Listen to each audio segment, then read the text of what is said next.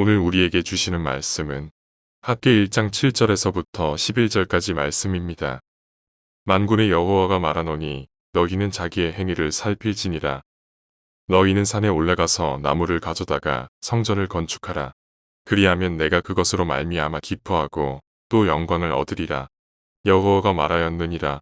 너희가 많은 것을 바랐으나 도리어 적었고 너희가 그것을 집으로 가져갔으나 내가 불어버렸느니라. 나 만군의 여호와가 말하노라. 이것이 무슨 까닭이냐. 내 집은 황폐하였으되 너희는 각각 자기의 집을 짓기 위하여 빨랐음이라. 그러므로 너희로 말미암아 하늘은 이슬을 그쳤고 땅은 산물을 그쳤으며 내가 이 땅과 산과 곡물과 새 포도주와 기름과 땅의 모든 소산과 사람과 가축과 손으로 수고하는 모든 일에 한죄를 들게 하였느니라. 오늘 이 시간은 한죄가 들기 전에 순종하라 라는 제목을 가지고 하나님 말씀을 증거하도록 하겠습니다. 저와 여러분이 함께 학개서의 말씀을 읽었는데 학개 이름의 뜻은 축제라는 뜻을 갖고 있습니다. 학개 선지자는 자신의 이름의 뜻을 따서 학개서 2장의 내용을 진행하고 있는 걸 보게 되는데 성경을 보게 되면 학개가 하나님의 그 감동을 통해 의도했던 게 무엇인가, 이 글을 쓰면서 전달하고자 했던 게 무엇인가, 바로 축제라고 하는 것은 우리가 인간의 어떤 탐욕과 그리고 정욕에 의해서 육체적 기쁨이 넘치는 게 축제가 아니라 죄인 하나가 하나님의 은혜를 통해 돌아와 하나님을 영화롭게 하는 것, 하나님께 감사로 자신을 드리는 것, 이게 바로 축제라는 겁니다. 그래서 성경은 죄인 하나가 돌아오는 거에 천국에서는 잔치가 벌어진다, 축제가 벌어진다 라고 하는 이야기를 하시면서 예수님께서는 누가복음에서 그런 얘기를 했죠. 회개할 것이 없는 99명이 한 명이 돌아오는 것을 기뻐하며 축제를 벌인다.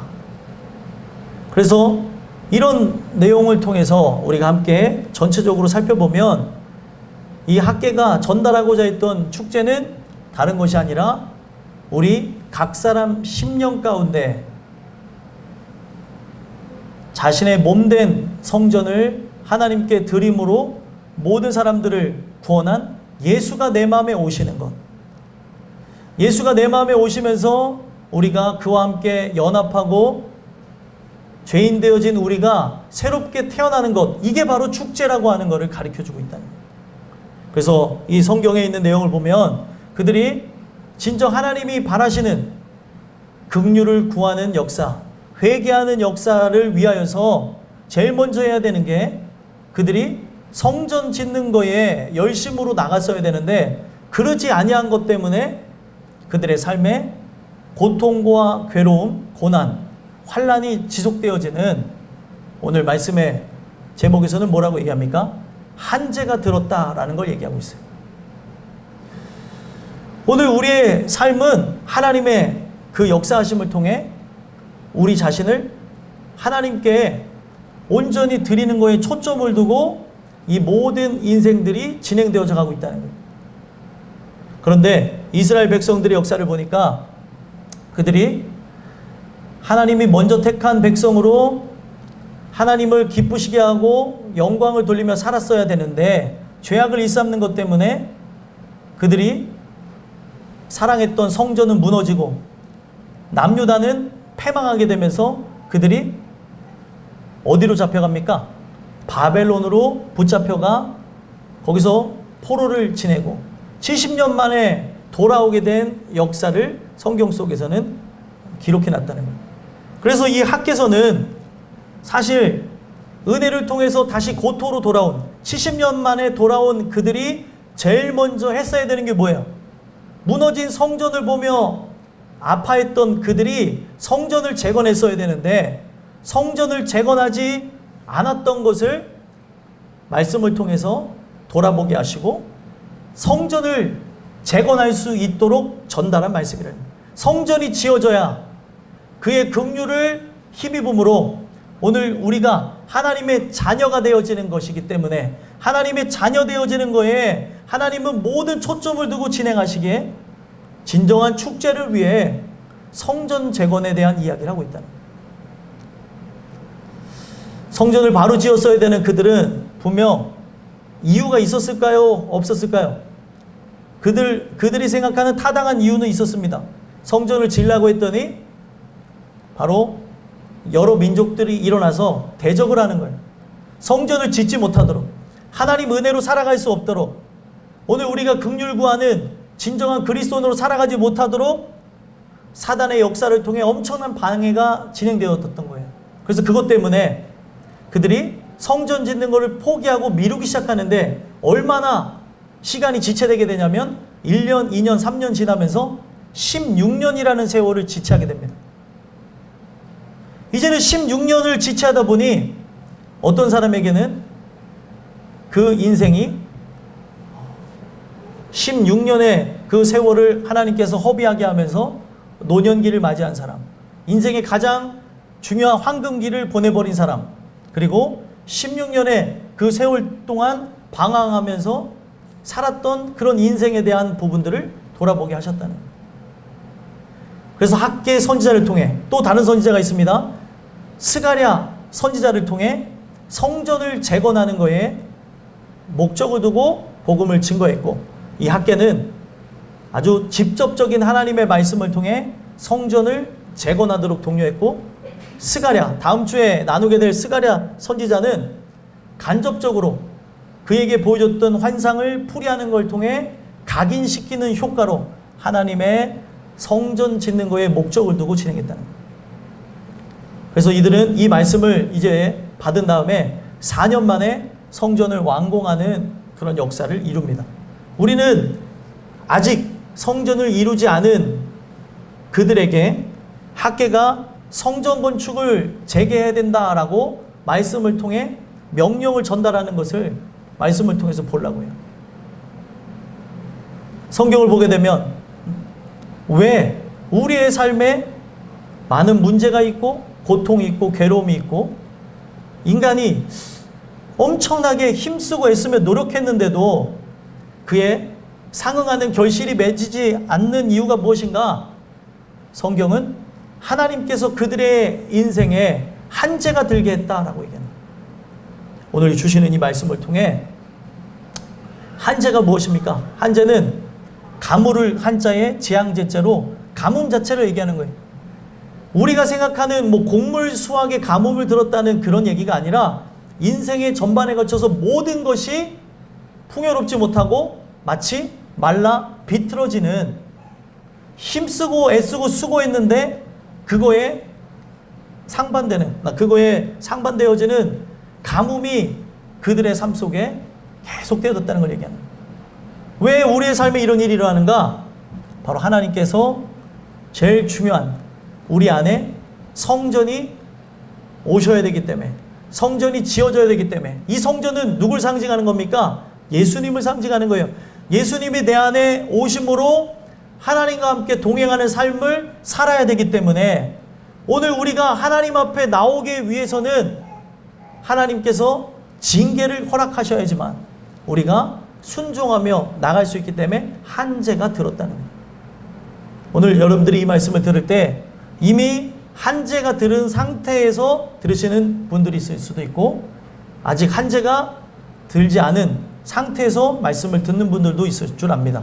오늘 이 말씀을 통해 여러분들과 제가 제목과 같이 한재가 들기 전에 순종함으로 하나님께서 여러분들을 통해서 이루시고자 하는 많은 열매가 주의 은혜 가운데 맺혀지고, 그걸 통해서 많은 영혼들이 함께 돌아오고 함께 상생하는 은혜가 있었으면 좋겠습니다. 말씀에 들어가서 보게 되면 하나님께서 그들에게 그동안에 그들이 열심을 갖고 살았으나 많이 뿌릴지라도 수확이 적고, 먹을지라도 배부르지 못하고, 마실지라도 흡족하지 못하며, 입어도 따뜻하지 못하며, 일꾼이 삭을 받아도 그것을 구멍 뚫어진 전대에 넣음이 됐다. 아무리 돈을 벌어도 돈이 새나가고 여러 부분 속에서 고난과 고통이 따른 이유를 하나님께서 알게 하시고자 바로 말씀을 증거합니다. 그 말씀의 첫 번째가 되어지는 게 뭐예요? 자기행위를 살펴보래요. 자, 7절 읽어보겠습니다. 읽겠습니다. 시작. 만군의 여호와가 말하노니 너희는 자기의 행위를 살필지니라. 아멘. 그들은 열심히 살아가다 보니 그 삶에 적응되어졌을 것이고 타협과 타성에 젖으면서 내가 은혜로 사는 건지 아니면은 은혜로 살지 않는 것인지 분간조차 못하는 상황에 이를 수 있게 되어진다는 거예요. 우리가 예배하며 살아야 되는 하나님의 백성임에도 불구하고 그 예배를 처음에 안 드릴 때는 조금 찝찝하고 불안한 감이 있고 왠지 벌 받을 것 같은데 예배를 계속 안 드리다 보면은 예배를 안 드리는 거에 대한 감각이 전혀 없다는 거예요. 오히려 예배 안 드리는 게 편하죠. 예배를 어떻게 하면은 피할까?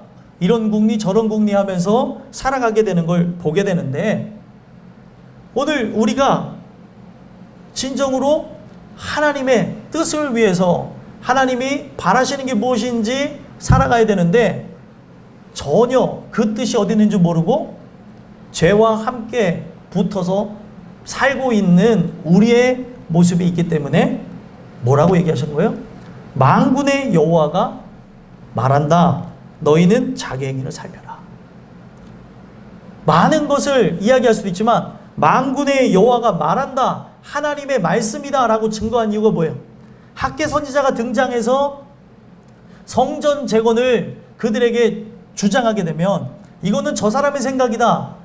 또 이런 생각이다 하면서 비판하고 정죄할 수가 있고 바로 그를 거짓 선지자로 몰아갈 수 있는 일들이 있었기 때문에 내가 전달하는 것은 사람의 말이 아니고 또 나의 업적과 위용을 위한 게 아니라 당신네들을 위한 거다라는 것을 확실하게 전달하기 위해서 만군의 여호와가 말한다라고 얘기합니다.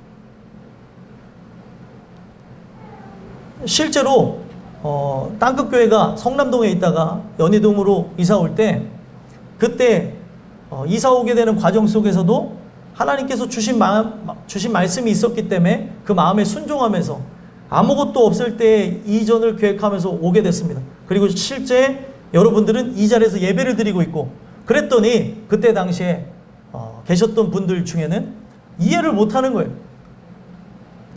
하나님이 이런 일들을 주관하신다? 돈이 없는데 재정이 없는데 하게 된다? 저거는 다른 측면에서 보면 저 사람이 다른 걸 꿈꾸고 욕심이 들어가서 그런 게 아닌가 많은 비판도 받았지만 결국에는 하나님께서 인도하셔서 지금 이 자리에서 우리가 하나님을 예배하는 예배 처소가 되어졌고 이 역사를 통해 새롭게 함께하는 사람들이 합류하게 되어졌어요. 택한 영혼이 있었기 때문에 이 자리로 부른 건데 사람들은 이해하지 못하는 거예요. 어떻게 그게 가능하냐? 여러분들 하나님이 하시고자 하면 하는 겁니다. 우리가 생각하는 어떤 인간의 그 이성과 지성적인 것, 논리적인 것, 합리적인 걸 초월하는 분이 하나님이에요. 저는 실제적으로 여러분들이 전달해 드리는 거예요. 과거나 현재나 앞으로도 바로 하나님의 말씀이라고 하는 것, 하나님께서 이런 부분을 우리에게 의도하시고 진행한다는 것, 설교를 통해서나 또 여러분들이 말씀을 붙잡고 기도하는 중에 주시는 그 말씀을 갖고 살아갈 때 그것이 사람의 말로 들려지고 사람의 말로 치부하는 사람들에겐 변화가 없습니다. 그렇기 때문에 학개 선지자는 하나님께서 말씀하셨다라는 걸 증명하고 전달하는 거예요. 오늘날 자기가 은혜로 살고 있다. 자기네들에게는 어떤 특별한 문제가 없다라고 착각하며 살아가는 그들에게 뭐라고 전달합니까? 하나님의 말씀인데 너희는 자기 행위를 살펴라. 하나님이 말씀하셨다는 거예요. 자기 행위를 돌아보라는 거죠. 내 행위가 어떤 목적을 갖고 어떤 이유를 갖고 어느 방향성을 향해 나가는지 살펴보라는 거예요. 도대체 돈은 왜 벌고 공부는 왜 하고 밥은 왜 먹고 왜 마시고 옷은 입으며 왜 일상생활을 살아가냐는 거죠. 거기에 가장 큰 목적이 뭐냐는 거예요. 하나님을 위한 것, 하나님의 영광을 위한 것, 이것이 실제 내 안에 살아있냐는 거예요.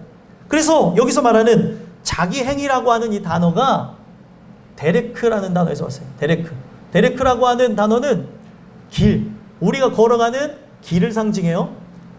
이게 그냥 우리가 밟는 길도 얘기하겠지만 사람들이 자기의 삶을 통해서 걷고 있는 인생길을 상징하고 있고, 이게 생의 여정이라고도 표현합니다. 생의 여정. 어떤 삶을 살아가고 있는가, 그의 인생의 여정, 그의 인생을 통해서 나아가게 되는 여행은 어디를 향해 나가는지를 성경을 통해서 얘기하고 있고, 그들의 행동 양식, 행동하는 그 모든 말과 그리고 추구하는 거에 대한 습관이 어디를 향해서 나가는지에 대해서 얘기하는 거예요. 그 방식은, 그 습성은 반드시 뭐에 의거해서 나와요? 본능에 의해서 나오는 거예요. 그리고 배경 지식과 삶을 살아가면서 습득되어진 그런 환경에 의해서 나오는 것들이죠.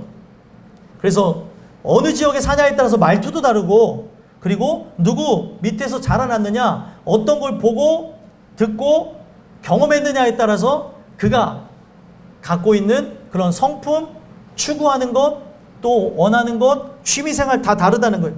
그렇기 때문에 여기서 이야기하는 그 자기 행위라고 하는 그 인생 걸어가는 길에 대해서 원문은 뭐에 더 가깝게 얘기하고 있냐면, 내가 밟아가는 그 인생 자체가 하나님의 인도하심을 따라 예수와 함께 걷는 길인지, 아니면 예수님과 상관없이 나를 위한 것을 추구하며 살아가는 길인지를 돌아보라는 거예요. 그래서 이 데레크라는 단어는 다라크라는 단어에서 왔는데, 다라크에서 우리가 찾아볼 수 있는 흥미로운 단어가 뭐 밟다, 걸어가다, 이건 아까도 반복된 거죠. 거기서 그런 인생길이라는 거, 뭐 생의 여정, 뭐 행동 양식, 이런 게 나오게 된 거예요. 근데 거기에서 우리가 중점적으로 봐야 되는 게 또 뭐냐면,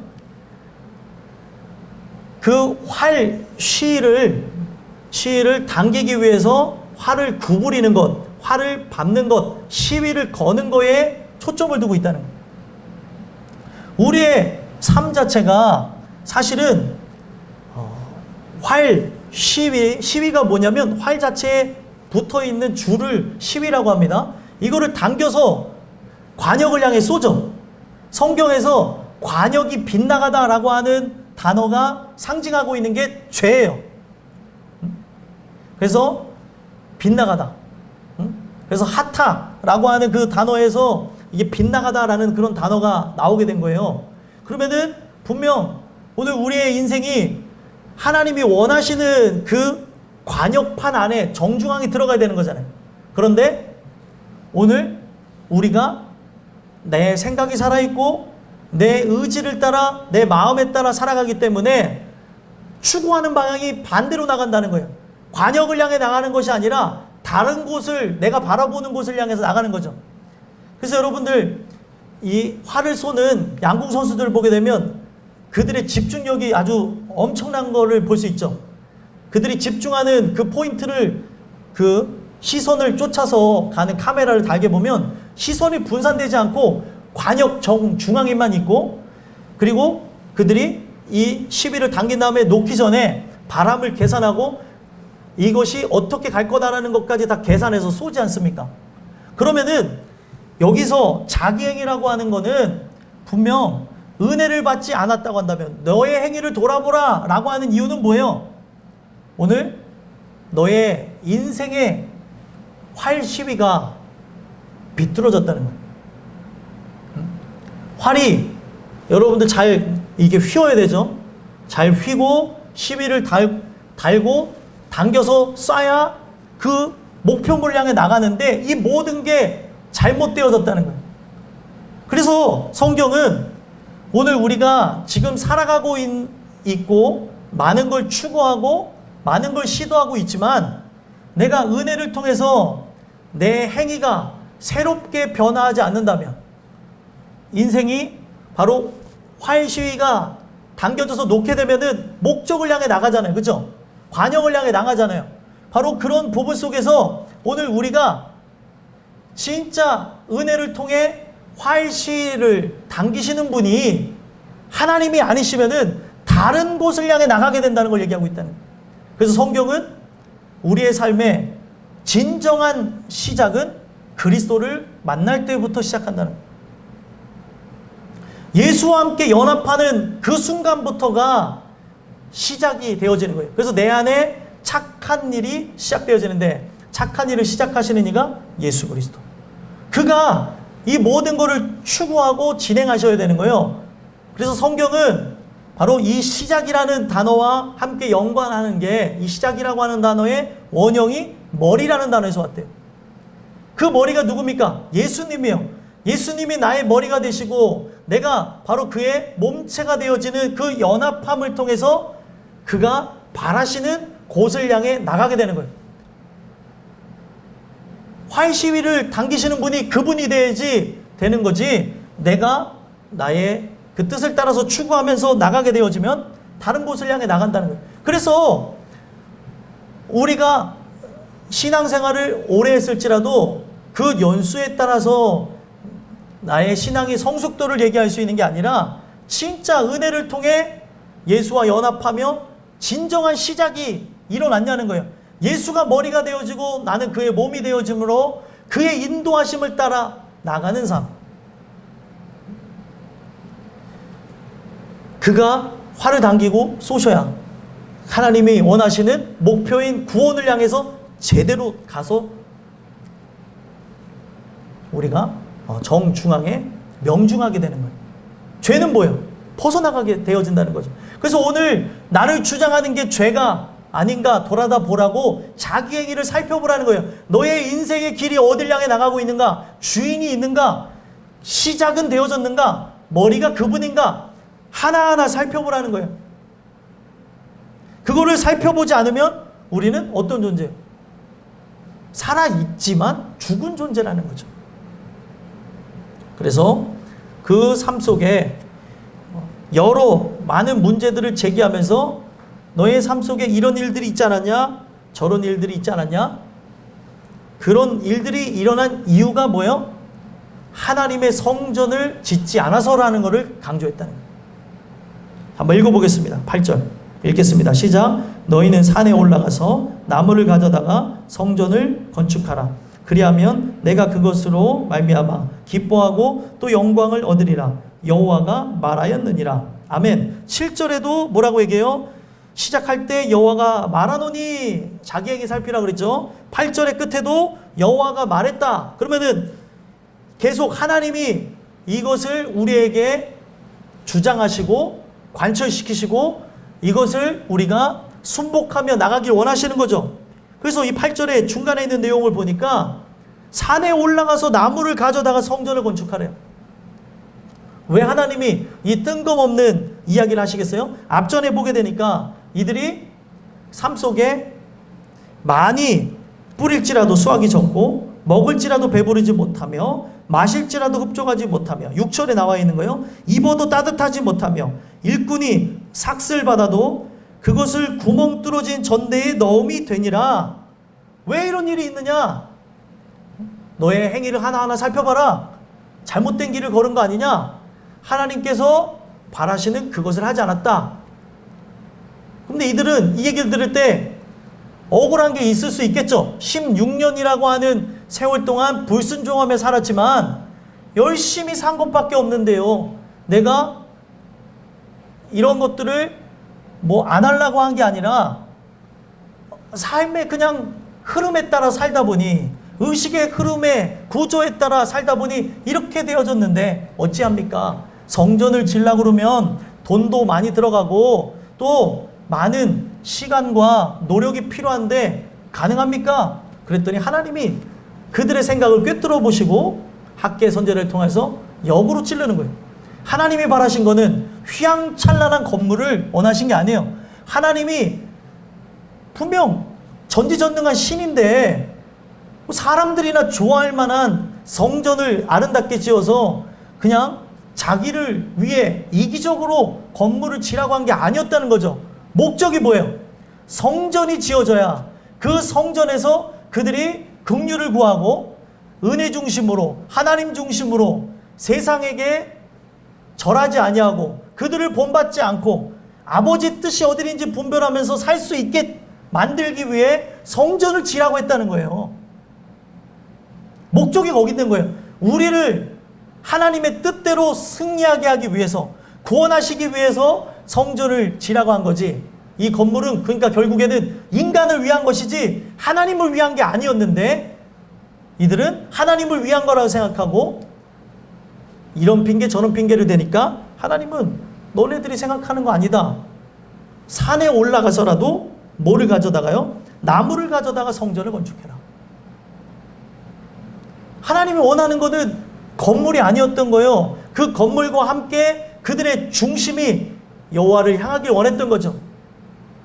하나님을 찾는 장소, 하나님과 함께 동행이 시작되어지는 장소를 만드시고자 산에 올라가서라도 하라고, 나무를 해다가서라도 하라고 얘기했던 거예요. 사람들은 그거를 이런 핑계 저런 핑계 대면서 삶과 함께 그 죄악 가운데 잠식되어져 가니까 안타까움에 그런 거죠. 만약에 너네가 그렇게 하면 뭐라고 얘기해요? 내가 그것으로 말미암아 기뻐하고 영광을 얻으리라. 자, 하나님이 바라시는 것은 인간의 그런 생각과 다르다는 걸 보여주는 거죠. 그들의 중심이 어디 있냐에 따라서 하나님께서는 정말 그들이 예배하고자 하는 그 마음, 진정 하나님과 동행하고자 하는 마음이 있는지를 보기를 원하셨던 거예요.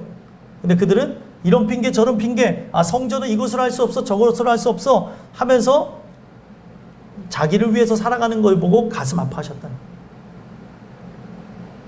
그렇기 때문에 하나님께서는 이들로 하여금 진정 긍휼 구하는 인생으로 나가게 하시고자 하나님과 함께 동행하며 어떤 것에도 좌절하지 않고 행복감을 느끼고 초점이 천국에 있는 자로 살아가게 하시고자 그들의 삶 속에 한재를 들게 하셨다는 거예요. 자, 9절 읽어보겠습니다. 읽겠습니다. 시작. 너희가 많은 것을 바랐으나 도리어 적었고 너희가 그것을 집으로 가져갔으나 내가 불어버렸느니라. 나 만군의 여호와가 말하노라.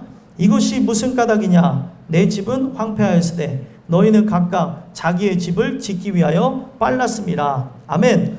자, 너희가 많은 걸 바랬대요. 참 희한하죠. 하나님 뜻대로 살지도 않으면서 하나님 복 내려주세요. 이런 부분 잘 되게 해주세요.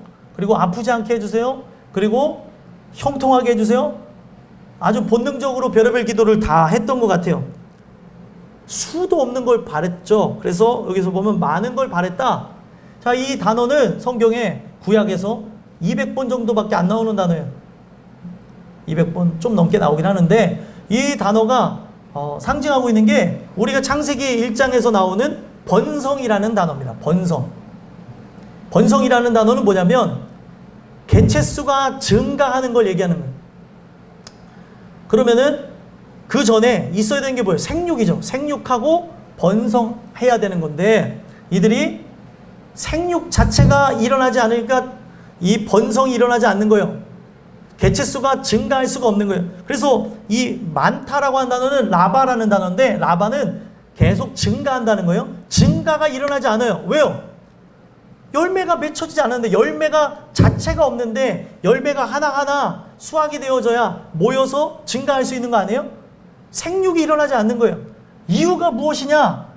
바로 우리가 그리스도와 연합하지 않았기 때문에 성정 중심으로 그리스도와 함께 연합하며 살지 않았기 때문에 하나님께서는 너네들이 이런 거를 많이 바랬지만 너희들의 삶이 잘 되기를 바라면서 그런 부분들을 기도하고 또 기도하지 않는다 하더라도 마음속으로 간절히 바라며 나갔지만 도리어 적었다.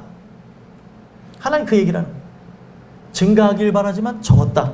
그리고 너희가 그것을 집으로 가져가고 너네들이 진짜 힘쓰며 애쓰며 살았지만 내가 불어버렸다. 중요한 것은 여러분들이 힘쓰고 애쓰고 노력하는 것, 수고하는 것이 의미가 없는 거예요. 하나님이 불어버리면 다 날아간다는 거죠. 근데 오늘 인생의 주관자가 되시는 하나님을 무시한 채 자기네들의 의식의 흐름에 따라 이성의 흐름에 따라 지성의 흐름에 따라 본능으로 살아가니까 하나님께서 불어버리는 거예요. 왜요? 그들이 추구하는 게 무너져야 내가 가는 길이 잘못됐는가? 다른 길을 걷고 있는 건 아닌가? 라는 생각을 갖게 되기 때문에 하나님께서 징계의 일환으로 모든 부분 속에서 한죄를 들게 하셨다는 거예요. 그럼 여러분들이 이걸 들으면서 여러분들의 삶 속에 잘 풀어질 법도 한데 여러분들이 수고하고 애쓰고 노력하는 부분에 비해서 모든 부분들이 빈약해지고 쇠약해지고 말라지고 그리고 점점점 쇠락으로 나락으로 떨어지고 있다면 돌아보자는 거예요. 오늘 하나님을 우리가 무시한 채 기만한 채 다른 길을 걷기 때문에 그 길을 걸을 수 없도록 차단해 버리는 거예요. 이게 바로 우리의 인생길에서 하나님이 주관자가 되셔서 나타나는 일들이라는 거죠. 그가 부르시면은 모든 게 다 날아가 버리는 거예요. 하나님의 그 입김에 의해서 여러분들 홍해 바다가 갈라져서 죽어야 될 사람들이 죽지 아니하고 약속의 땅으로 건너가기도 하는가 하면 하나님께서 호 부르시는 것을 통해 뜨거운 동풍으로 인해 말라 죽더라는 거예요. 오늘 나라고 하는 존재가 하나님의 그 입김에 의해서 우리가 생기를 받고 나가야 되는데 그 생기가 아닌 반대로 우리가 생기를 잃어버리고 죽음으로 나가도록 하나님께서 이와 같은 것을 통해 나를 깨닫게 하시는 건 아닌가 돌아보자는 거예요. 그래서 하나님이 말씀하신대요. 또 말하죠. 나 만군의 여호와가 말하노라. 여기서도 또 다른 생각을 갖고 치고 들어올 수가 있으니까 하나님이 다시 말합니다. 나 만군의 여호와가 말하노라. 이것이 무슨 까닭이냐? 왜 그런 것 같아요? 왜 그런 것 같아요? 나한테는 왜 이런 일이 일어나지? 다른 사람한테는 이런 일이 일어나지 않는데 우리 가정에 우리의 삶에 왜 내가 추구하는 거에 이런 일들이 일어나는가 살펴봐야 될 거 아니에요. 아무렇지도 않게 넘어가는 게 아니라 의도성이 있을 수 있으니 돌아보자는 거예요. 내가 복음에 의해서 충만한 사람이라고 한다면 가난한 것도 부자인 것도 그리고 건강한 것도 건강하지 않은 것도 문제 가운데 있는 것도 문제 가운데 있지 않은 것도 아무런 영향을 줄 수가 없는 거예요. 복음에 의해 초월했기 때문에. 그런데 복음에 의해서 충만하게 살아가지 않는데 우리의 삶이 쇠락으로 떨어져 나가고 있다면 생각해 보라는 거예요. 왜 나의 삶이 이렇게 나가고 있는가? 우리의 삶에 이런 고난 고통이 있는가? 하나님이 이유를 설명합니다. 내 집은 뭐라고 얘기하세요? 황폐하였을 때. 여러분들 이거를 인간의 눈으로 보게 되면 하나님이 되게 속이 좁은 것 같죠? 자기 집을 안 졌다고 어떻게 저러느냐? 하나님 또한 다른 여러 잡신들과 같이 자기를 위한 폭군인가? 자기 어떤 감정대로 이런 것들을 컨트롤하시는가? 아니죠. 이 집을 지라고 하는 것은 누구를 위한 거예요? 하나님을 위한 것 같지만 하나님을 위한 것이 아니라 사람을 위한 거예요. 바로 성전이 지어짐을 통해 그들이 그 장소에 나와 무엇을 구하게 됩니까? 긍휼을 구할 수 있잖아요. 그래서 성전은 만민이 기도하는 집, 긍휼 구하는 집으로 만들었는데 예수님이 그 성전에 들어가서 성전에 그 장사하는 자들을 보며 다 둘러 엎으신 이유가 뭐예요? 도떼기 시장으로 만들어놨잖아요. 긍휼을 구해야 되는데 거기서 팔아서 이윤을 남기려고 그러고 그들이 이 제사의 목적은 뭐예요? 죄를 짓지 않기 위함이고 나중에 나를 위해 죽으실 예수를 기리기 위함인데 이들이 습관화해가지고 죄를 짓지 않게 하기 위해서 자기 집에서 기른 거를 가지고 와서 하나님께 바치는 겁니다. 그래서 그 짐승의 그 목을 땀으로 피가 나오게 되고 그 짐승이 울부짖으며 죽는 소리를 통해 나 때문에 대신 죽는 그 짐승을 보고 다시는 죄를 짓지 않게 하기 위해서 죄를 덮는 개념을 갖고 하는데 사람들이 이걸 계속 하다 보니까 귀찮아요. 그러니까 남이 기른 걸 갖다가 잡아서 죽이고 피비린내 나는 제사를 드린 거예요. 제사의 목적을 상실해버린 거죠. 오늘 그런 걸 보시니까 성전에 들어가서 예수님이 막 뒤집어 엎으시는 거예요. 만민이 기도하는 집을 강도의 구렬로 만들었도다. 오늘 이 장소가 바로 여러분들이 긍휼을 구하는 장소가 되어야 되고, 이 성전이 이렇게 세워져 있는 것은 내 안에 심령의 성전이 세워짐으로, 예수가 내 안에 오심으로 그와 함께 연합하고 하나님께 영광 돌리게 하기 위해서 진행하는 건데, 사람들은 이 핑계 저 핑계 대면서 이야기를 하더라고요. 내 집이 황폐했다는, 사람들을 위해서 존재하는 집인데 그것을 받아들이지 못하고 하나님은 이기적인 거라고 생각하면서 그들은 무엇을 했습니까? 각각 자기의 집을 짓기 위하여 빨랐다는 거예요. 자, 성경은 뭐라고 얘기해요? 진짜 하나님이 주관자고 그분이 왕이신 거를 인정하면은 먼저 그의 나라와 그의 의를 구하라고 얘기하죠. 그죠? 그래서 여러분들, 청교도들이 영국을 떠나서 미국에 가서 정착할 때 죄들도 많이 범했지만 그들이 실제 추구하려고 했던 게 무엇입니까? 진정한 신앙으로 세워지는 나라를 꿈꾸고 미국으로 건너갔던 거예요. 아메리칸 드림은 온전한 예배를 드리기 위해서 했던 건데, 지금의 아메리칸 드림은 잘 먹고 잘 사는 걸로 바꿔졌어요. 그래서 그들이 제일 먼저 했던 게 뭐예요? 성전 짓는 거. 그 다음에 학교 짓고 집을 짓는 거를 추구했다는 거예요. 성경에 의거해서 그때 건너갔던 사람들이 그래도 따끈따끈해가지고 그런 부분들이 있었던 겁니다. 물론 다른 걸 추구했던 사람도 있었어요. 다른 나라를 꿈꿨던 사람도 있었지만 그들의 중심에는 어찌됐든 하나님 중심으로 살아야 된다는 것을 학개서를 보면서 생각하고 했다는 거죠. 그러면 오늘 이 모든 걸 주관한 분이 하나님이라고 한다면 하나님의 일을 위하여서 먼저 그분을 만나는 것, 그분 안에 거하는 것, 그분의 자녀가 되는 거에 관심을 갖고 살아가야 되는데, 사람들은 뭐에 집중을 합니까? 자기 집을 짓기 위하여 빨랐습니다. 여러분, 이번 정권을 통해서 볼 수 있는 게 뭐예요? 부동산이 아주 천정부지로 올랐죠. 그 이유가 무엇입니까? 그건 정치 얘기하는 게 아니에요. 사람들의 관심이 거기 있다는 걸 보여주는 거죠. 그래서 어떤 정권이든지 지금까지 대한민국이 정부가 수립된 이래에 다 부동산에 관한 정책들이 다 있었습니다.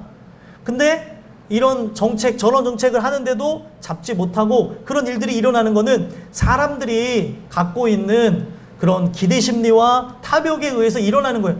아니, 내 집 마련하는 거 당연한 거잖아요. 본능이잖아요. 그죠? 어떤 분은 펜트하우스도 꿈꾸는데, 그죠? 펜트하우스도 꿈꾸고 이런 것도 꿈꾸고 하는데 꿈꿀 수 있어요. 근데 오늘 하나님께서는 그런 거를 꿈꾸고 바라고 나가기 전에 제일 중요한 건, 이게 너들이 본능이라고 하느냐? 내 집 마련하는 게 뭐가 죄냐는 거예요. 사람들은 이거를 합리화합니다. 먹고 사는 게 뭐가 죄입니까? 공부하는 게 뭐가 죄입니까? 나를 위해서 재능 개발하는 게 뭐가 죄입니까? 이 땅 가운데 살아야 되는 거 아닌가요? 이런 항변을 한다는 거예요. 그죠?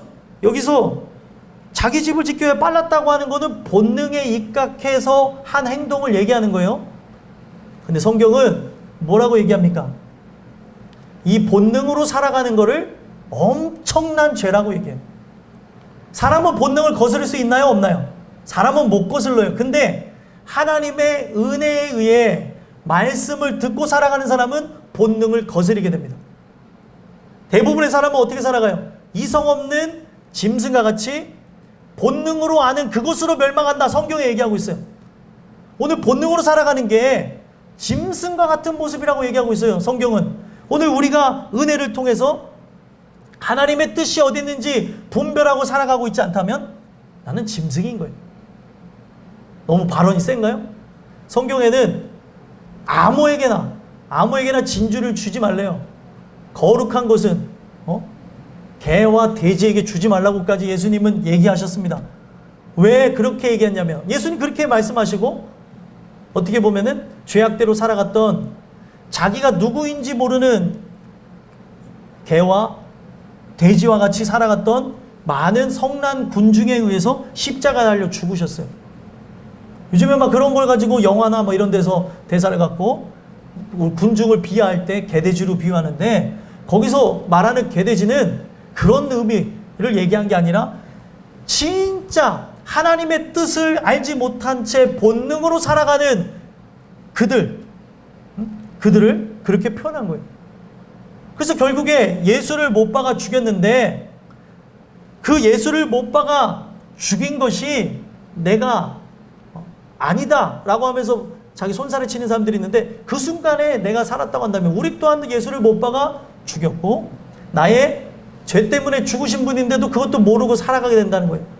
예수님은 바로 하나님이 사랑 자체이기 때문에 우리를 사랑하셔서 은혜를 베푸신 거예요. 하나도 모르는, 거룩이 뭔지도 모르는 우리를 위해서 그렇게 나갔다는 거죠.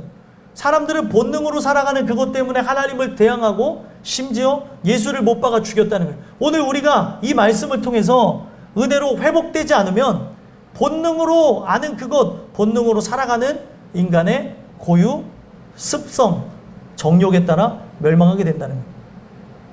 여러분들에게 이게 어떻게 들려지는지 모르겠어요.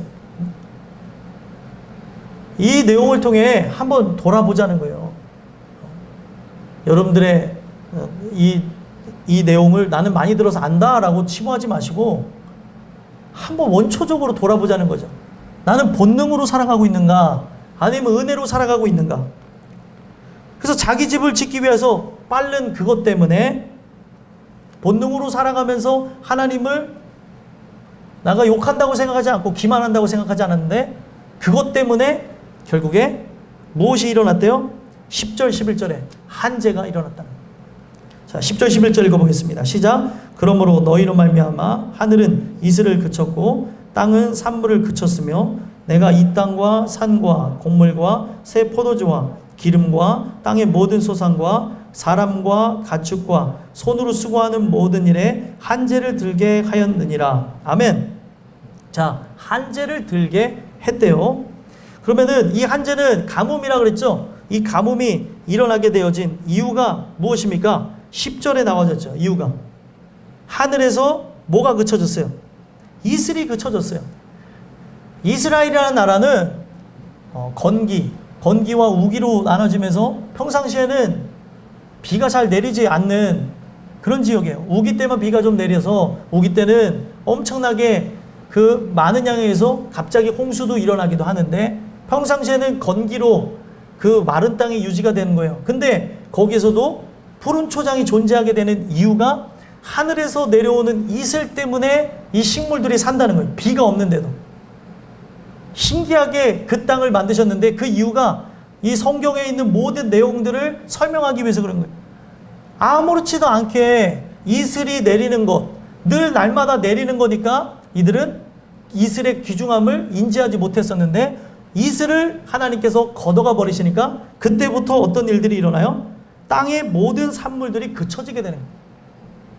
자, 하나님이 여러분들을 향하여서 기본적으로 보호하셨기 때문에 지금까지 사는 것이지 보호를 풀게 되면 우리의 인생은 불뱀과 전갈의 서식처예요.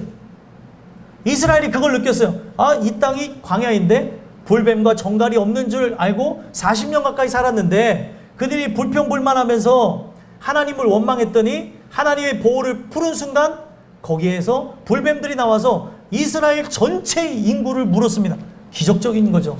수백만 되는 인구를 다 물어버린 거예요. 그걸 통해서 신명기에서 얘기하고 있는 게 뭐예요? 그들이 걸었던 광야는 바로 정갈과 뱀의 서식처였다는 거예요. 근데 하나님이 얼마나 그들을 사랑하는지 그들의 의복이 헤어지지 않고 신발이 헤어지지 않았다. 하나님께서 그들을 그렇게 은혜로 함께 하셨기 때문에 그런 여러 위협할 만한 독 있는 벌레나 짐승들이 또 맹수들이 그들을 해할 수 없게 하나님께서 보호하셨었다는 거예요. 근데 그 보호를 푼 순간에 그들의 그냥 기본적으로 살아갔던 모든 행복이 무너지게 되는 거죠. 그게 바로 죄에 대해서 설명하는 거예요. 오늘날 우리가 그 죄라는 것을 그 죄가 바로 쏘는 것으로서 나를 중독시켜가지고 점점점 죽게 해서 사망으로 나가게 하고 있다는 것을 모르고 있다는 거예요. 그래서 은혜는 무엇입니까? 그때도 저기에 달아놓은 구리뱀을 봐라. 구리뱀을 보면 살 것이다 라고 했던 것처럼 실제로 십자가 달리신 예수를 바라보는 것만이 우리가 이런 모든 죄로부터 벗어나는 길이라는 거예요. 그래서 성경은 이 이야기를 통해서 오늘 우리가 이 한재가 드는 하나님의 보호를 푸는 이 사건을 통해 뭘 바라보길 원하시는 거예요? 십자가를 바라보길 원하시는 거예요. 십자가 달리신 예수를 바라다보고 그분 앞에 순종함으로 바로 그와 함께 동행하며 영광 돌리는 삶이 되어질 수 있도록 하나님께서 한재를 들게 하셨다는 거예요. 그래서 땅의 산물이 그쳐지고 이 땅과 산과 곡물과 세포도주와 기름과 땅의 모든 소산과 사람과 가축과 여기서 의도성을 갖고 일부러 얘기합니다. 손으로 수고하는 모든 일에 한재가 들어요. 손으로 수고하는. 여러분들이 지금 밖에 나가서 일하시는 거, 또 공부하는 거, 그리고 사람을 만나고 이 땅에 살아가는 거 다 힘쓰고 애쓰고 수고하는 거죠. 거기에 한재를 들게 하셨대요. 한재가 뭐라 그랬어요? 가뭄이라 그랬죠. 이 가뭄의 목적은 하나님의 은혜로 나오게 하기 위해서 요 단어는 하라브라는 단어에서 왔는데 바짝바짝 타 들어가다 이런 표현으로 쓰고 있습니다. 가뭄이 들 때 너무 가물어지면 여러분들 불도 나잖아요. 타 들어간다, 타다라는 단어에서 요 가뭄이 오게 되어졌고 황폐하게 된다, 멸망하게 된다. 결국에 먼저 삶 속에 있는 것들을 다 말라 비틀어지게 하면서 내 내면 또한 심판으로 나가지 않게 하기 위해, 불 가운데 들어가지 않게 하기 위해 바로 불심판을 연상하는 가뭄을 우리의 삶 속에 곳곳에 들게 하시겠다는 거예요. 그래서 이것을 볼 때 하나님의 은혜 안으로 돌아오라고 얘기하는 거예요. 정신을 차리고. 여러분들, 우리에게 기회가 없을 수 있는 거예요. 이 한재를 든 것을 통해서 결국에는 완전히 멸망으로 나가게 된다는 거죠.